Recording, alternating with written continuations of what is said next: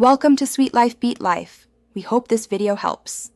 You start by confirming the essentials: active mobile data, a charger nearby, and carrier tethering allowed. Next, open Settings and enable Mobile Hotspot or Personal Hotspot. Name the network and create a strong password.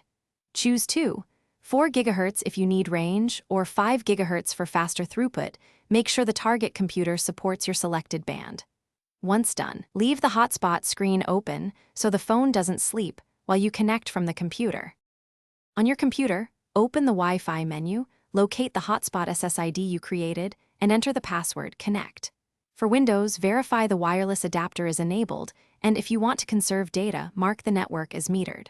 For Mac OS or Linux, connect normally but be ready to set manual DNS if pages load slowly. Make sure Wi-Fi drivers and OS updates are installed. Outdated drivers often cause dropouts.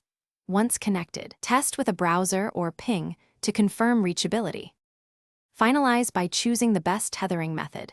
Use USB tethering for the most stable, low-latency link, or Bluetooth if you need low power. Limit the number of devices to avoid bandwidth and data overage, and monitor your usage. Always disable the hotspot when finished to save battery and security.